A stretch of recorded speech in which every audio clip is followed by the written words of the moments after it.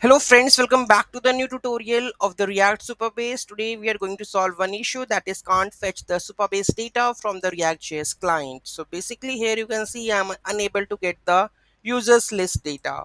So let's go to the our Supabase database and let's see what exactly the issue is. So those who haven't subscribed my channel yet, please do subscribe my channel, and if you like the video, please do like, share and comment on my video.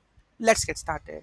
So first we will do disable RLS.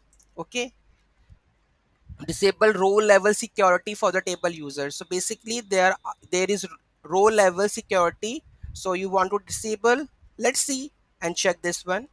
So if I disable this one warning, anyone with this project anonymous key can modify or delete your data. Enable RLS and create access policies to keep your data to secure. If I disable it, then what will happen? Okay, it will show me the data.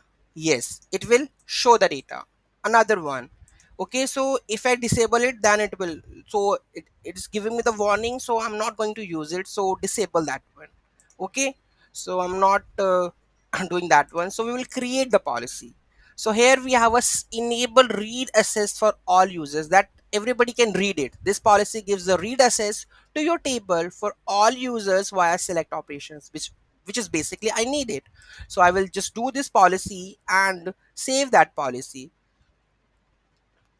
Okay, and this is done, and now we can say that again the data is there.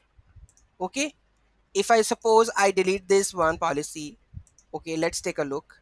If I delete this and this is enabled, then there is no data. Here you can see. Okay, now we will create the policy. Create policy, select one, and let's scroll down and save this policy. Now here you can see I'm able to fetch the data.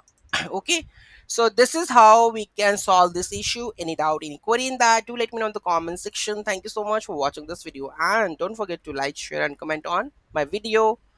Have a nice day.